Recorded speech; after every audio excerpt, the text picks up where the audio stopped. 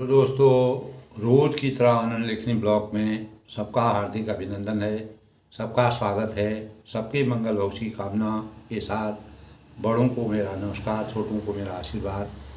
दोस्तों, आज 7 दिसंबर 2023 मार्गशीर्ष मास कृष्ण पक्ष की 10वीं तिथि, गुरुवार का दिन, हेमंत ऋतु, सूर्यास्त सूर्योदय 6:59 और सूर्यास्त 5:36। राहु काल दोस्तों 1:37 से 2:57 तक और चंद्रमा कन्या राशि में प्रवेश करेंगे। इस प्रकार आज का पंचांग का योग है। दोस्तों, आज गुरुवार का दिन है। धार्मिक मान्यताओं के अनुसार गुरुवार का दिन भगवान विष्णु और माँ लक्ष्मी व सरस्वती को समर्पित होता है और इस दिन उनकी पूजा करने से हमें आध्यात्मिक उन्नति के साथ ही धन समृद्धि की प्राप्ति होती है। और जैसे कि माँ सरस्वती विद्या और बुद्धि की प्रतीक हैं। ज्योतिष शास्त्र में दोस्तों गुरुवार का संबंध गुरु ग्रह से माना जाता है। बृहस्पति ग्रह या गुरु ग्रह के नाम से माना जाता है। इस दिन भगवान विष्णु और माँ लक्ष्मी का व्रत करने का विधान है। सरस्वती माता का पाठ किया जाता है और अनेक प्रकार के जो हमारे जीवन में अनेक प्रकार के कठिनाइयाँ होती हैं उनसे हमको मुक्ति मिलती है। और बृहस्पतिवार का उपवास दोस्तों हमारे पेट से संबंधित जितने भी विकार होते हैं उनमें हमको राहत मिलती है। और ख़ास तौर से दोस्तों अनेक प्रकार की जो बीमारियां होती हैं वह ठीक होती हैं। उसमें हमको दीर्घायु की कामना करते हैं। और जो भी निसंतान जिन दंपतियों की संतान नहीं होती हैं तो वह बृहस्पतिवार का व्रत करके, उपवास करके और बृहस्पतिवार का पाठ करके, विष्णु भगवान का स्मरण करके, माँ सरस्वती की आराधना करके संतान प्राप्ति का योग प्राप्त होता है। और हमारे जीवन में दोस्तों धन और प्रसिद्धि की कारक गुरुवार कारक प्रसिद्धि का कारक होता है और अनेक प्रकार से हमको मजबूती प्रदान होती है। विद्या है, बुद्धि है, विवेक है और हमारे अंतःकरण में बुद्धि का संचार होता है और हमारे जीवन में विकास का मार्ग प्रशस्त होता है। दोस्तों, प्राचीन शास्त्रों की मर्यादा के अनुसार हमारे वेद शास्त्रों में नदी है, नाले हैं, पहाड़ हैं, जंगल हैं, वृक्ष हैं, पेड़ हैं, पौधे हैं, प्राणी हैं, तो इन पत्थर हैं, इन सब में भगवान की आस्था मानी गई है। हम उन्हीं में भगवानों का वास समझते हैं। इसी प्रकार कदली का पेड़ होता है, केले का पेड़, केले के पेड़ में विष्णु भगवान का वास माना जाता है। इसीलिए दोस्तों गुरुवार को कदली के पेड़ या केले के पेड़ की पूजा की जाती है और भोग में विष्णु भगवान के भोग में कदली और केला जो है भोग लगाया जाता है, विष्णु भगवान को समर्पित किया जाता है। और विष्णु भगवान के यानी केले के पेड़ के नीचे दीपक जलाकर पूजा पाठ करते हैं। पीले वस्त्रों का दोस्तों प्रयोग करना चाहिए। पीली रोली विष्णु भगवान को, विष्णु भगवान दोस्तों पीले वस्त्र को धारण करते हैं। और विष्णु भगवान का वास जो है कदली के पेड़ में माना जाता है। इसीलिए बृहस्पतिवार को हम विधि विधान से उपवास करके अपने बुद्धि और विवेक को जगाने के लिए, माँ सरस्वती से आशीर्वाद प्राप्त करने के लिए गुरुवार का उपवास करते हैं। और इस दिन दोस्तों पानी में हल्दी डालकर स्नान करने से हमारे अनेक प्रकार के व्याधियाँ दूर होती हैं। और पीले वस्त्र पहनने चाहिए। और पीले वस्त्रों जैसे सोना है, हल्दी है, चना है, पीले फल हैं आदि का दान सार्थक माना जाता है, अच्छा माना जाता है। ख़ास तौर से दोस्तों इस दिन महिलाओं को, जो हमारी स्त्रियां होती हैं, महिलाएं होती हैं, उनको बाल नहीं बनानी चाहिए, ऐसा शास्त्रों की मर्यादा के अनुसार है।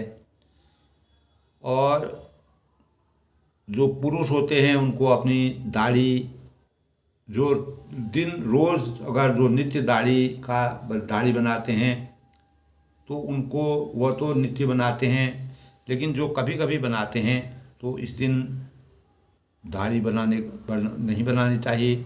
और अपने नाखून इत्यादि को नहीं काटना चाहिए। ये हमारे शास्त्रों का विधि विधान है दोस्तों। इसके हर चीज़ के पीछे कुछ ना कुछ लॉजिक होता है, कुछ ना कुछ कारण होता है। इसीलिए और देवता भगवान विष्णु और सरस्वती का व्रत करने से, केले की पूजा करने से, गुड़ व चने का भोग और केले का भोग लगाने से भगवान विष्णु प्रसन्न होते हैं। मर्यादा पुरुषोत्तम भगवान रामचंद्र जी ने भी, जब दोस्तों मर्यादा पुरुषोत्तम भगवान रामचंद्र जी को 14 साल का वनवास जा कर के राजा दशरथ के वहाँ अवतरित, मानव रूप में अवतरित होने पर 14 साल का वनवास, जब वह बालावस्था से ऊपर किशोरावस्था में आए, तब उन्होंने सरस्वती अनेक प्रकार के इस अत्याचार, अनाचार और वन में, जंगलों में हमारे ऋषि मुनि और तपस्वी अपने भक्ति में लीन थे। और सृष्टि में जो है अनेक प्रकार के अत्याचार, राक्षसों का बाहुल्य हो गया था। तो राक्षसों के वध करने के लिए रावण जैसे अत्याचारी जो साम्राज्य इतना बड़ा और अनेक राक्षसी माया, सुबाव है, सुबास है, ताड़िका है और अनेक प्रकार के रावण है, कुंभकर्ण है, मेघनाद है, अनेक प्रकार के मायावी रूप में अवतरित होकर के भगवान शिव तक की आराधना करके अनेक प्रकार की मायावी शक्तियों को प्रदान किया, जिसके फलस्वरूप इस सृष्टि में अत्याचार और अनाचार और पाप बढ़ने लगे। तो मर्यादा पुरुषोत्तम भगवान रामचंद्र जी को त्रेता युग में अवतरित होना पड़ा। इसीलिए दशरथ राजा, जो कि प्रतापी राजा थे, उनके वहाँ भगवान रामचंद्र ने जन्म लिया मानव रूप में। और अब चूँकि रामचंद्र जी मर्यादा की सीमा में रहते हुए अपने मन से वनवास नहीं जा सकते थे, उन्होंने इस प्रकार का वृत्तांत रचा। माताएं थीं, कैकेयी भरत की माता थी और कौशल्या रामचंद्र की माता थी और सुमित्रा जो है लक्ष्मण और शत्रुघ्न की माता थी। तो कैकेयी के अंदर इतनी शक्ति थी, इतनी दृढ़ प्रतिज्ञा वाली थी कि अपने वचन के ऊपर हमेशा अटल रहती थी। और उनके बारे में रामचंद्र को पूरा मालूम था। वो अपनी माँ से ज़्यादा कैकई को प्रेम करते थे, प्यार करते थे। इसीलिए मर्यादा पुरुषोत्तम भगवान रामचंद्र ने कैकई को मंथरा के, जो मंत्रा उनके वहाँ दासी के रूप में कार्य करती थी, उसका हृदय परिवर्तन करके कैकई को भी अवहेलना का पात्र न बना के करते हुए, स्वयं को अवहेलना का पात्र न बनाते हुए, और इस प्रकार की दर्शना रची कि सरस्वती ने मंथरा के मस्तिष्क को उल्टा किया, और उनके उल्टा होने से उनकी बुद्धि पलटी। यही भाव, उल्टा जो बुद्धि होती है, उसको कैकई के मस्तिष्क में डाल करके परम परमेश्वर भगवान रामचंद्र ने राजा को कैकई के माध्यम से विवश किया, जिसके फलस्वरूप भरत को 14 साल की राजगद्दी और रामचंद्र को 14 साल का वनवास देने का प्राविधान हुआ। और वरदान मांगे कैकई ने। राजा ने 2 वरदान देने के लिए कहा था, और उन वरदानों को कैकई ने ऐसे समय पर मांगा।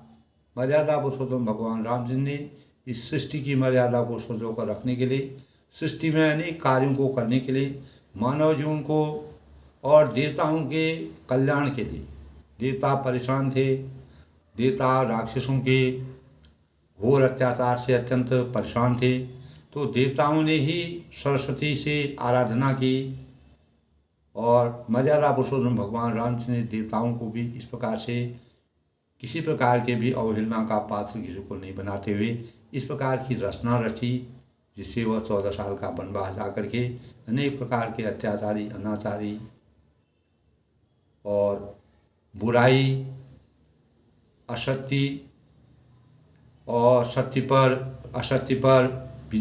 सत्य की विजय, बुराई पर अच्छाई की विजय, अत्याचार और अनाचार पर अच्छे आचार संहिता के लिए इस धरती पर मानव रूप में अवतरित होकर के 14 साल का वनवास लेकर के मानव जीवन को जीवंत किया। और जितने भी जो धर्म की रक्षा कर रहे थे, उनके धर्म की रक्षा करने के लिए और इस सृष्टि को आगे संजो कर रखने के लिए स्वयं को वनवास गए। और उनके साथ राम, लक्ष्मण, सीता जी बहुत आज्ञा अनुरोध करने पर वो भी वन को गए। वन का वातावरण दोस्तों बड़ा विचित्र होता है, जहाँ एक वो राजमहल में रहने वाले राम, लक्ष्मण, सीता अपार सुख की अनुभूति थी। चारों तरफ सुख सौभाग्य की अयोध्या नगरी में बहुत ही आनंदमय जीवन था। राम राज बैठे त्रिलोका, राम राज जब 3 लोकों में जो भगवान रामचंद्र जी ने जब वह दोबारा अयोध्या में आए 14 साल के वनवास के बाद, पुनः उनका स्वागत किया गया, उनको युवराज बना दिया गया। तो वन में जाते हुए अनेक जगहों को होते हुए गंगा जी, जमुना जी, सरयू, सरस्वती और भरद्वाज जी के आश्रम में निषाद राज को गंगा में पार करने के लिए, क्योंकि उनको अरण्य वनों में जाना था, वहाँ पर सीता जी का हरण भी होता है। अनेक प्रकार के राक्षसों का उन्होंने वध किया। सीता जी को लंका पति रावण हरण कर ले जाता है। वहाँ से हनुमान जी, अंगद जी और सुग्रीव से अपना प्रेम संबंध बनाई, मित्रता बनाई। अनेक प्रकार के वृत्तांत आगे मिलते हैं। अब रामचंद्र जी रास्ते में जब भरद्वाज मुनि के आश्रम में आकर के वहाँ के स्त्री पुरुष नगरवासियों के सहयोग से और निषाद राज के सहयोग से वह जब वन के मार्ग में विचरण करते हैं, आगे जाते हैं, वहाँ की प्रजा उनके वन इतने सुकुमार और कोमल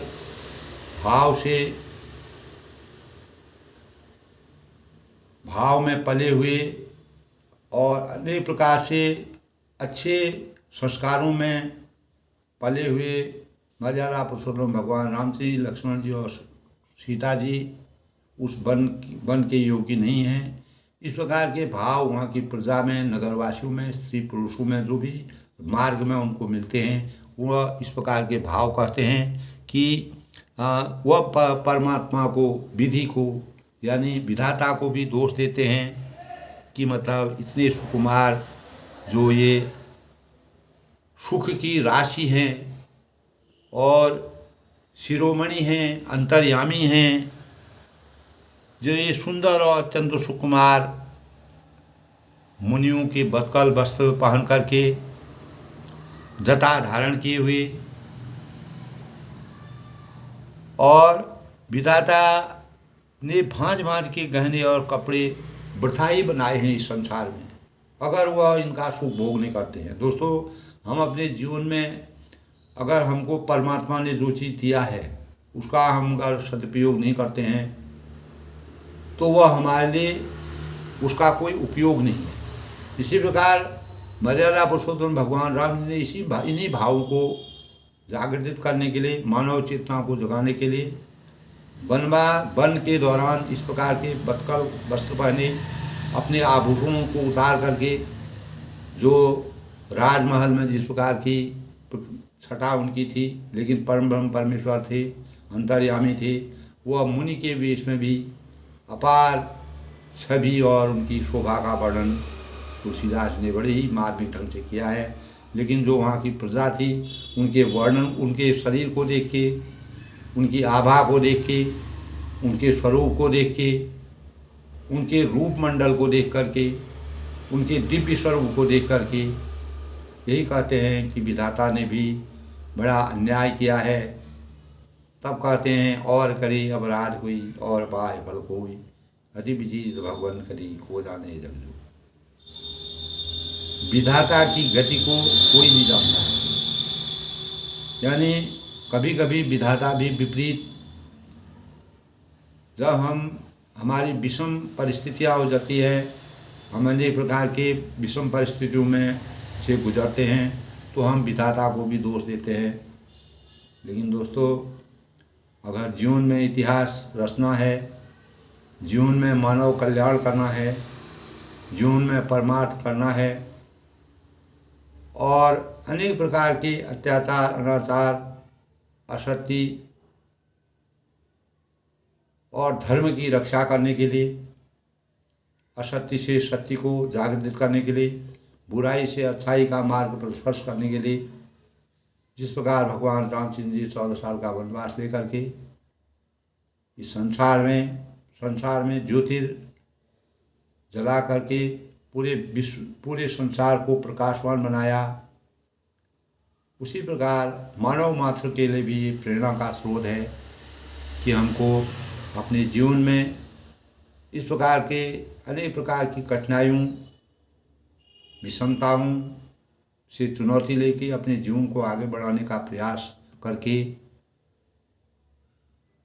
रामचरितमानस जैसे कि तुलसीदास जी ने रामचरितमानस की रचना की है, उससे हम अपने जीवन में आज भी दोस्तों, चाहे हमारा आध्यात्मिक क्षेत्र हो, राजनीतिक क्षेत्र हो, धार्मिक क्षेत्र हो, सामाजिक क्षेत्र हो, पारिवारिक क्षेत्र हो, तो रामचरितमानस का गुणगान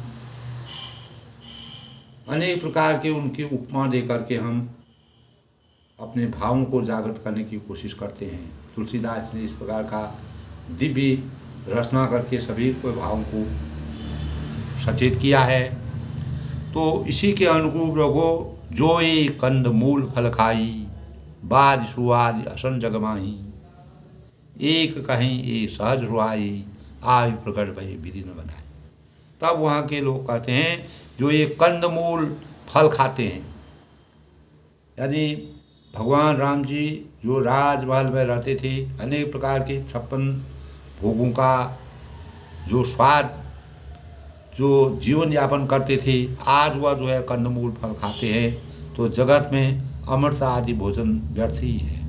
अगर परम ब्रह्म परमेश्वर भगवान रामचंद्र जी कंदमूल फल खा करके अपना जीवन बिता रहे हैं, ये वहाँ के प्रजा और स्त्री नर नारी अपने मन में इस प्रकार के विचार आते हैं कि जो संसार में, जो जगत में अमृत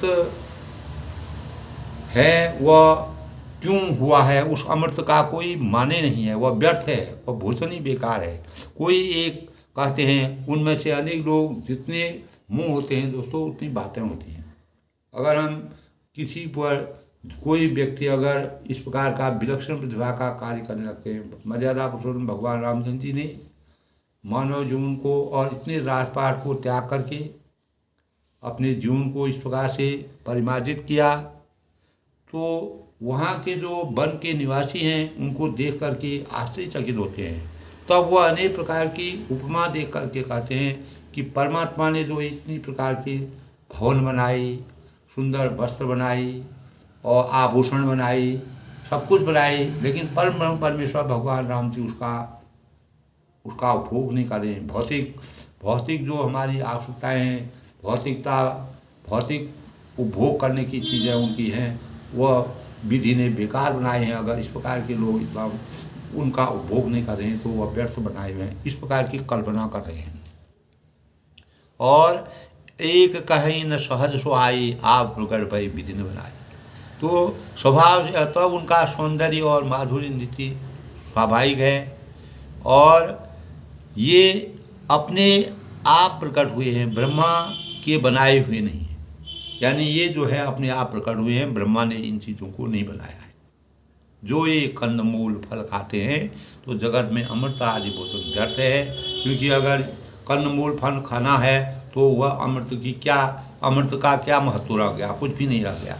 और कोई एक कहते हैं कि स्वभाव से ही ये सुंदर है। परम परमेश्वर भगवान राम जी का बहुत ही धीर बुद्धि के थे, इनका सौंदर्य माधुर्य नीति स्वाभाविक है और अपने आप प्रकट हुए हैं। ब्रह्मा ने इनको नहीं बनाया है, अंतर्यामी है। ये वहाँ के लोग जो हैं, प्रजा के लोग, उनको देख करके इस प्रकार की रचना तुलसीदास जी ने बड़े ही मार्मिक ढंग से किया है। जहाँ लगी बीत कहीं विधि करनी, स्वर्ण नयन मन गोचर भरनी, देखो खोज भुवन दस सारी, कहाँ सो पुरुष कहाँ सुना। तब वह कहते हैं हमारे कानों में जहाँ लगी वेद कहीं विधि करनी, हमारे कानों, नेत्रों और मन के द्वारा अनुभव में आने वाली जो विधारा की करनी को जहाँ तक वेदों में वर्णन करके कहा गया है, वेदों में इस प्रकार का जो हमारे 4 वेद हैं, वेदों में इसका पूरा वृत्तांत है। वहाँ तक 14 लोकों में दृढ़ देखो, ढूंढ करके हम देखते हैं, उसको ढूंढते हैं, तो ऐसे पुरुष और ऐसी स्त्रियाँ कहाँ हैं। इस प्रकार के जो नर हैं, नारी हैं, संसार में देखने को नहीं मिलते हैं। चाहे हम 4 वेदों का अगर बखान करके कहीं पर भी उनका गुणगान करके पूरा विस्तार से अगर वर्णन करते हैं, जो इनकी छवि है, जो इनका स्वरूप है, जिस प्रकार के स्त्री पुरुष हैं, ये देखने को नहीं मिलते हैं और कहीं भी नहीं है। इसीलिए सिद्ध है कि विधाता ने 14 लोगों से अलग हैं और अपनी महिमा के ये आप निर्मित हुए हैं। ऐसा प्रतीत होता है कि इनको ब्रह्मा विष्णु महेश ने नहीं बनाया है, ये स्वयं ही इस सृष्टि में अवतरित हुए हैं। इस प्रकार के भाव वहाँ लोगों में, उनके विचारों में आते हैं। इन्हीं देख विधि मनु अनुरागा, पट तर जोग बनावे लागा, कीन बहुत श्रम एक न आई, ते ईर्ष्या बन आनंद रागे। इन्हीं देख विधि मनो अनुरागा, इन्हें देखकर विधाता मन अनुरक्त मुग्ध हो जाते हैं। इनकी छवि को देखकर, इनके स्वरूप को देखकर, इनके दिव्य रूप को देखकर, इनकी कोमल भावों को देख करके, इनकी बोली को देख करके, इनके माधुर्य को देख करके, तो पूरा जो देखकर विधाता भी मन में अनुरक्त या मुग्ध हो जाते हैं। और पटतर जोग बनावे लागा, तब वह इन्हीं की उपमा के योगी दूसरे स्त्री पुरुष बनाने लगा। कीन बहुत श्रम एक न आए, उसने बहुत परिश्रम किया परंतु कोई उनकी अटकल में भी नहीं आए, पूरे नहीं उतरे। इस ईर्ष्या के ते ही ईर्ष्या बन आन दुराए, इसी ईर्ष्या के मारे उसने इनको जंगल में लाकर छिपा दिया है। यानी विधाता ने इनको बनाया ही नहीं है, ये विधाता से कहीं ऊपर हैं, ब्रह्म से भी, ब्रह्म के भी ब्रह्म हैं, यानी इतने अंतर्यामी हैं। इनको विधाता ने जो है उन्होंने बनाया ही नहीं है, इसलिए ये वन में आ गए। इस प्रकार की बातें वो करते हैं। बहुत ही गूढ़ रहस्य है दोस्तों। एक कहीं हम बहुत न जाने, आप उन्हीं परम धन्य करे माने। तब कोई एक कहता है उसमें से कि हम बहुत नहीं जानते हैं, इनके बारे में पूरा विस्तार से हमको कुछ मालूम नहीं है, आप उन्हीं परम धन्य करे माने। और हाँ, अपने को परम धन्य अवश्य मानते हैं। ये अंतर्यामी हैं, ये धन्य के पात्र हैं। इन्होंने मर्यादा पुरुषोत्तम भगवान राम सिंह के अवतरित हुए हैं और ये अंतर्यामी हैं। ये मानव रूप में अवतरित हुए हैं। इनके दर्शन यानी ते पुण्य पुंज हम लेखे, इनके दर्शन कर रहे हैं और इनकी हमारी समझ में वही बड़े पुण्यवान हैं जिन्होंने इनको देखा है और जो देख रहे हैं और जो देखेंगे। तभी परम ब्रह्म परमेश्वर भगवान रामचंद्र जी की भक्ति के स्वरूप में वहाँ की जो प्रजा है, वन में जब जा रहे हैं, वन में जो प्रजा उनको देख रही हैं, वह इस प्रकार की कल्पना करते हैं, भक्ति भाव में इस प्रकार के डूब रहे हैं कि जो इनके दर्शन कर रहे हैं और जो इनको आगे को देखेंगे और जिन्होंने इनको पाला पोसा देखा है, वह इस संसार में धन्य के पात्र हैं। उनका जीवन जन्म मरण के चक्कर से मुक्त हो गया है और इनको सिद्धि प्राप्त हो गई, मोक्ष प्राप्त हो गया है। ऐसे मानव जिन्होंने विधाता ने भी जिनको नहीं बनाया है, विधाता से भी बढ़कर हैं, उनको ऐसे स्वरूप जो हैं जिनको विधाता ने वन में जो है छिपाने के लिए भेजा है, उनकी दिव्यता को देख के, यानी इतना जो परमात्मा जो चीज़ नहीं कर सकते हैं उससे भी बढ़कर अंतर्यामी परम ब्रह्म परमेश्वर भगवान राम जी के का स्वरूप है। तुलसीदास ने इस प्रकार का वर्णन किया है दोस्तों, जो कि आज भी हमारे जीवन में अनेक प्रकार से हमें प्रेरणा प्राप्त होती है। इस प्रकार के भाव जो है उन कर्म से इस प्रकार के भावों को व्यक्त करते हैं। ये विधि कही वचन प्रिय ले ही नयन भरि नीर। ए विधि कही वचन प्रिय ले ही नयन भरि नीर। किमि चली यही मार्ग अगम श्रुति सुकुमार। तब वह कहते हैं, इस प्रकार प्रिय वचन कहकर भगवान की भक्ति में अनुरक्त होकर, भगवान की भावों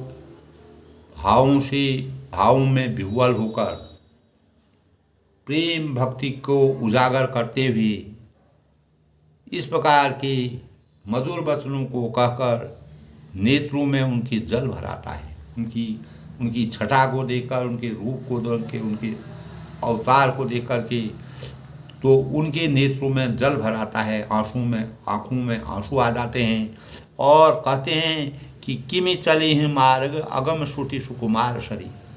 यानी ये अत्यंत सुकुमार शरीर वाले दुर्गम कठिन मार्ग में कैसे चलेंगे। इतने सुकुमार थे, कोमल हैं।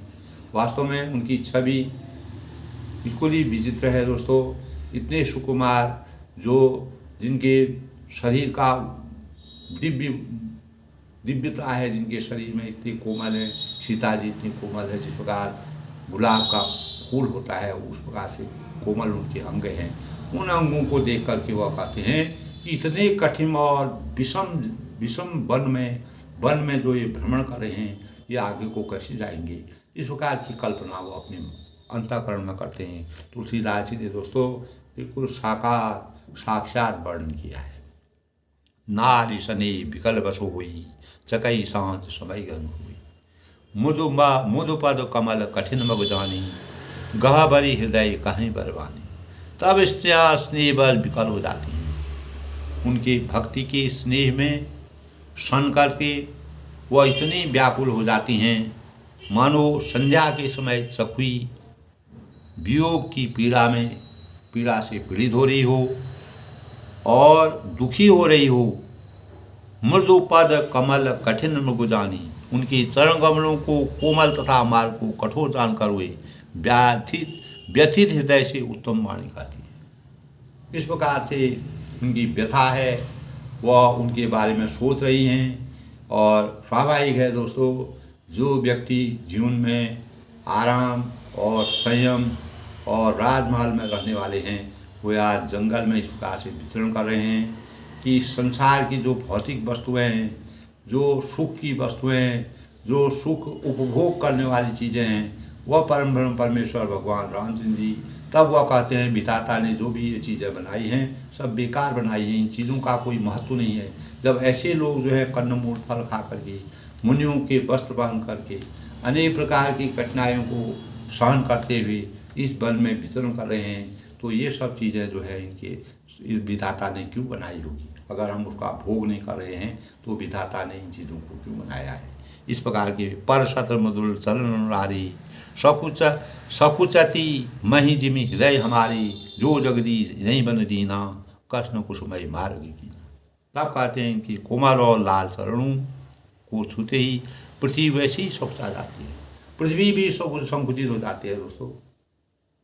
उनके शरीर को जैसे वह अपने चरणों को, अपने पैरों को, अपने पद चिन्हों को आगे बढ़ाते हैं, पृथ्वी भी संकोच करती है। जैसे हमारे हृदय सकुचा जाते हैं, यानी सकुचति मही जिम हृदय हमारे, उसी प्रकार पृथ्वी भी जो है संकुचित हो जाती है। पृथ्वी को भी संकोच हो जाता है। अंतर्यामी है, इस सृष्टि के निर्माता है। और जो जगदीश नहीं बन दीना, जगदीश्वर ने यदि इन्हें वनवास दे दिया है, जगत के ईश जो हैं, अगर उन्होंने इनको वनवास दिया है तो सारे रास्ते पुष्पमय क्यों नहीं बना दिया है? यानी अगर जो इस प्रकार के चरण कमल इनके हैं, ये पुष्पों में चलने वाले, राजगद्दी राजमहल का आनंद लेने वाले और पुष्पों की चलने वाले हैं, पूरे सारे मार्ग को, वन का मार्ग को पुष्पमय क्यों नहीं? लेकिन परमात्मा परम ब्रह्म परमेश्वर भगवान रामचंद्र जी जहाँ जहाँ जाते हैं, अवध वहाँ जहाँ राम निवासु, दिवस वहाँ जहाँ भान प्रकाशु। भगवान राम जी जहाँ जहाँ अपने चरणों को ले रहे हैं, तो पृथ्वी भी उतना स्वरूप उसी प्रकार का बता रही। पृथ्वी से भी संकोच हो रही है, कहीं इनको कष्ट न हो, कहीं इनको कोई परेशानी न हो।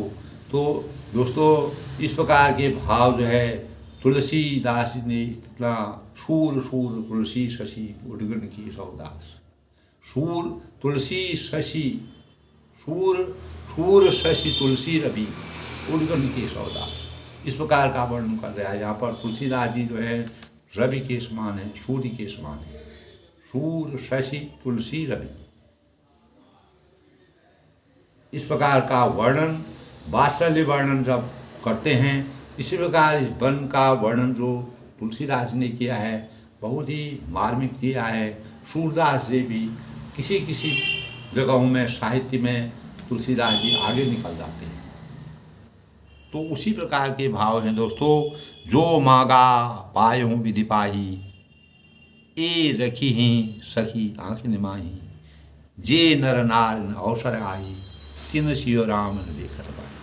तब कहते हैं जो मांगा पायु विधि पाही, यदि ब्रह्मा से मांगे मिले तो हे सखी हम तो उनसे मांग कर इन्हें अपनी आँखों में ही रखें। परमात्मा से आशीर्वाद ले रहे हैं, परमात्मा से प्रार्थना करते हैं कि हमारे नयन जो हैं, हमारे चक्षु जो हैं, हमेशा इनको एक टकी लगा करके इनकी स्वरूप को देखते रहें। ये हमारे अंतःकरण में इनकी छवि जो है हमारे अंतःकरण में विराजमान हो जाए।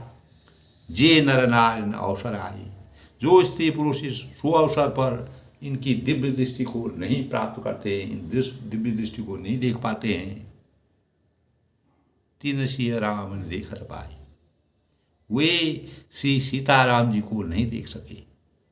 यानी जो स्त्री पुरुष इस अवसर पर नहीं आए वो श्री रामचंद्र जी के दर्शन नहीं कराए। परम ब्रह्म परमेश्वर भगवान रामचंद्र के दर्शन बहुत ही दुर्लभ होते हैं दोस्तों। ऐसे दिव्य स्वरूप को जो साक्षात रूप में अवतरित होकर वन को जा रहे हैं, वन के लोग कभी भी ऐसा सोच नहीं सकते हैं, समझ नहीं सकते हैं, कभी उनको इस प्रकार की आशा नहीं होगी। तो निराशा में आशा की किरण पैदा हो जाती है, भगवान के दर्शन हो जाते हैं।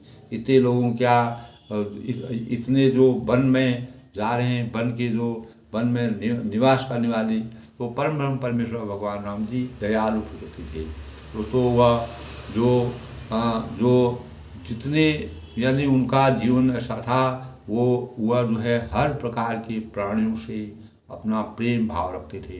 हर प्राणियों के उत्थान के लिए, उनके निर्माण के लिए, उनके चरित्र को आगे बढ़ाने के लिए उन्होंने अनेक प्रकार के निसार राज से लेके अनेक प्रकार के अहिल्या का तारण किया। निसार राज जी को एक परिवार के समान, अपने सखा के समान को रखा। आगे भी कितने वृत्तांत आगे हैं दोस्तों, वो हम विधि विधान से उनका वृत्तांत कहेंगे। तब वह इस प्रकार के स्वरूप को देख करके सुनी स्वरूप बूझई कुलाई, अब लगी गई कहाँ लगी भाई, समरथ धाई बिलो कही जाई, प्रमुदित भिरई जन्म भल पाई। यानी इतने साक्षात रूप में अगर परम ब्रह्म परमेश्वर भगवान राम जी वन में विचरण कर रहे हैं, ऐसे में भी अगर कोई पुरुष और नारी, नर नारी यहाँ भी अगर उनके इस दिव्य स्वरूप का दर्शन नहीं कर पाते हैं, तो वह जो है इस संसार में इस संसार में जीना उनके लिए बेकार है। तब शून्य स्वरूप बूझई कुलाई, उनके सौंदर्य को सुनकर वे व्याकुल होकर पूछते हैं।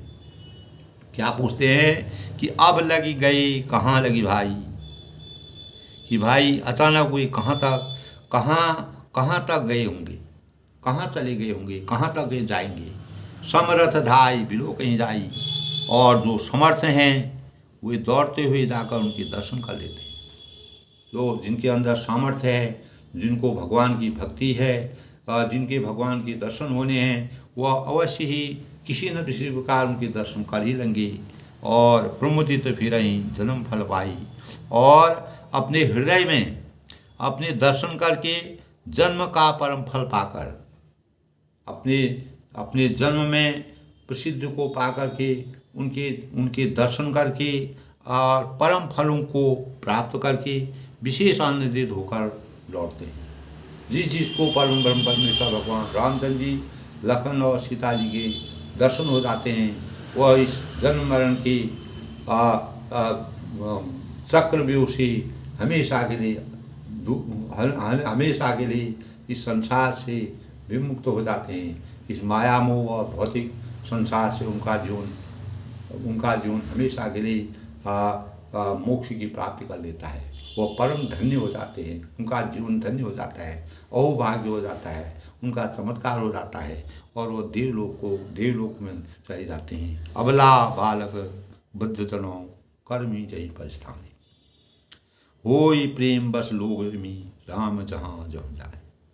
यानी अबला बालक वृद्धजनों, गर्भवती प्रसूता और अबला स्त्रियां, बच्चे और बूढ़े दर्शन न होने पाने से हाथ मलते और पछताते हैं।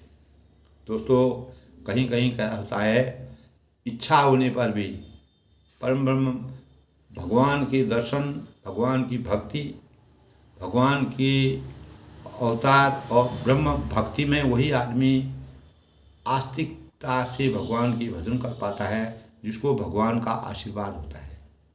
परमात्मा के दर्शन करना, परमात्मा की भक्ति में लीन होना, परमात्मा का आशीर्वाद प्राप्त करना हर एक मनुष्य के लिए नहीं होता है। जिसमें परमात्मा का आशीर्वाद होता है, जो ऐसे भावों को लेकर आता है, उसमें भगवान की शक्ति, जब तक भगवान नहीं चाहेंगे, परमात्मा जब तक नहीं चाहेंगे, तब हम कभी भी भक्ति भाव में नहीं अनुरक्त हो सकते हैं। हम किसी दूसरी दुनिया में रहते हैं। दोस्तों, आस्तिकता और नास्तिकता मानव जीवन के दो स्वरूप होते हैं। आस्तिकता उसी के अंदर आती है जो इहलोक और परलोक में परमात्मा, परम ब्रह्म में लीन हो जाते हैं, परमात्मा के प्रिय होते हैं, प्रेम भक्ति के प्रिय होते हैं। परमात्मा का जिस पर आशीर्वाद होता है, उसी पर जिस पर परमात्मा की कृपा होती है, वही भक्त भाव में सनी जाते हैं। तब वह कहते हैं, अबला बालक वृद्धजनों, गर्भवती प्रसूता आदि अबला स्त्रियाँ और बच्चे और बूढ़ी दर्शन न कर पाने से हाथ मलते और पछताते।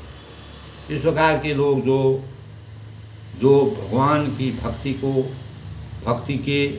नहीं कर पाते हैं, तो वह हाथ मलते हुए रह जाते हैं, पछताते हैं। अपने हाथ मलते हुए यानी पश्चाताप करते हैं।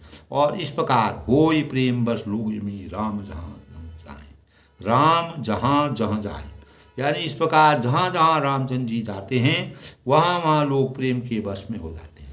जहाँ जहाँ परम ब्रह्म परमेश्वर भगवान रामचंद्र की चरण जाते हैं वहाँ वहाँ लोग जो हैं वहाँ वहाँ लोगों का जीवन धन्य हो जाता है। उनके अंदर में प्रेम भक्ति का आविर्भाव हो जाता है, भक्ति का संचार हो जाता है, भक्ति से उनका स्वरूप बदलता है और इस संसार की माया मोह लोभ मोह क्रोध शोभ इन सब बुराइयों से अच्छाई पर का जीवन व्यतीत करके परम ब्रह्म में लीन हो जाते हैं, ब्रह्म में लीन हो जाते हैं। अगर परमात्मा के हमको दर्शन हो जाते हैं हमारा जीवन धन्य हो जाता है। लेकिन किन्हीं कारणवश जैसे गर्भवती स्त्री होती है, प्रसूता होती है और अबला होती है, अबला स्त्रियां जो होती हैं और बच्चे हुए हैं, बूढ़े हैं जो चल नहीं पाते हैं, बच्चों को इतनी समझ नहीं होती है, अबला नारी होती है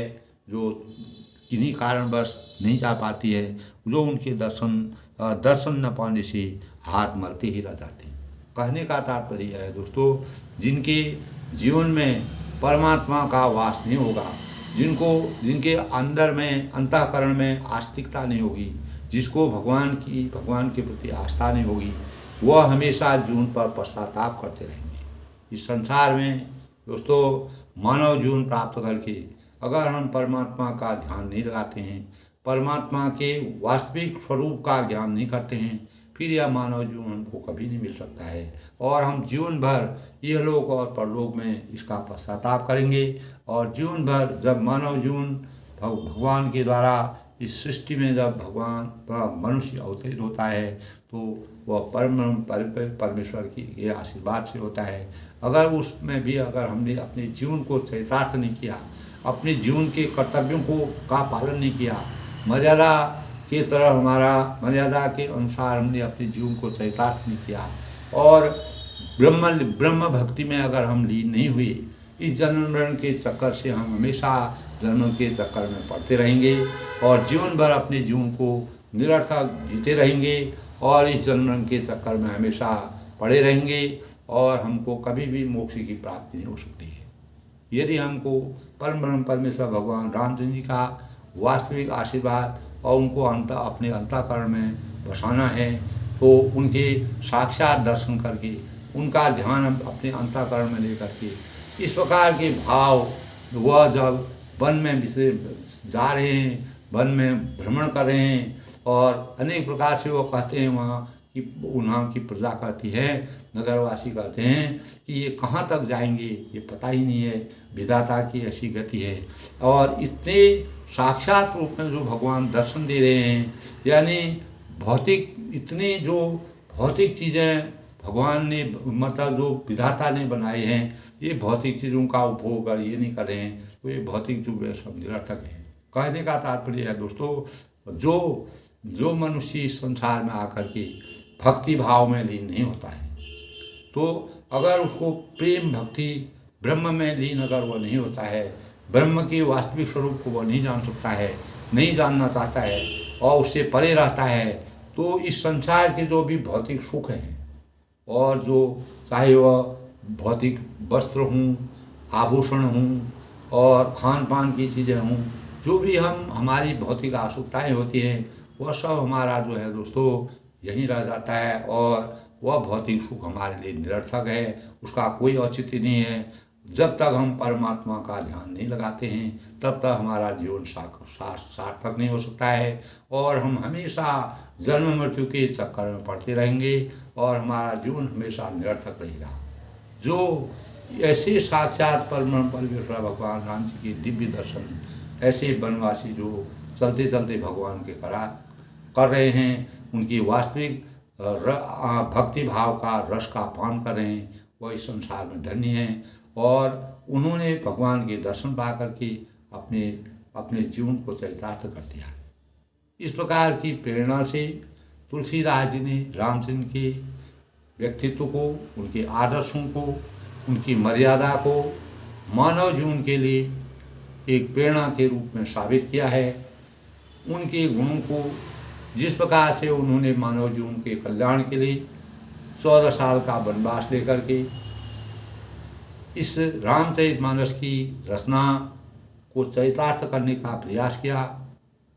मानव जीवन के लिए भी एक प्रकार की प्रेरणा है कि हमें उनकी आचार संहिता को, उनकी मर्यादा को, उनके स्वरूप को, उनके उनके उनके चरित्रों को, उनके आदर्शों को अपने जीवन में चरितार्थ करना चाहिए, तभी हम सच्चे मानव कहने के लायक हैं। आज के प्रसंग में दोस्तों इतना। कल किसी नए प्रसंग से मर्यादा पुरुषोत्तम भगवान रामचंद्र जी वन में विचरण कर रहे हैं, वही प्रसंग चल रहा है। सबके मंगल भविष्य की कामना के साथ मर्यादा पुरुषोत्तम भगवान रामचंद्र जी का आशीर्वाद सबके जीवन में रहे।